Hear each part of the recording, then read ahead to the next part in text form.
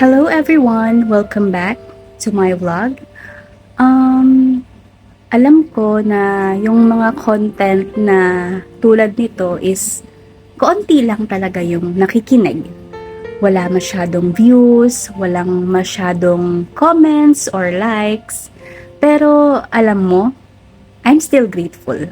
And I'm still thankful na kahit papaano is na ibabahagi ko yung wisdom na binigay sa akin ni Lord sa pamamagitan ng karanasan ko. Yes, hindi ako sikat, hindi ako perfect, pero kung may isa mang tao na makinig or makarinig at ma-encourage at mapalapit sa Diyos, worth it na yon. Kasi ang totoo, hindi ito tungkol sa dami ng likes o kung viral ba yung video ko. It's about the obedience. It's about saying yes to God. Kahit simple lang yung platform ko. Maybe God gave me these experiences.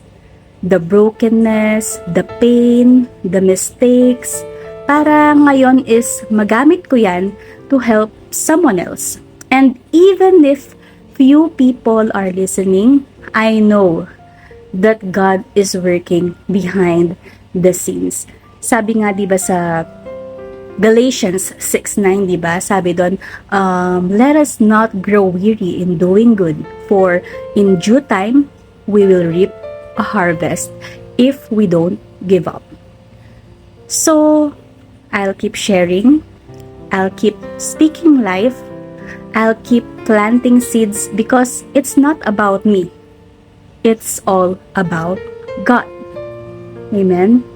Kaya sa'yo na nakakaramdam na walang nakikinig, na parang walang epekto yung mga ginagawa mo, huwag kang tumigil.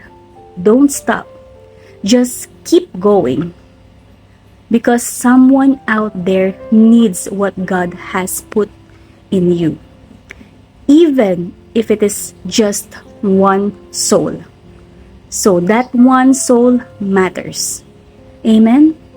So Beshi, even if only a few are listening, never stop sharing the wisdom God gave you.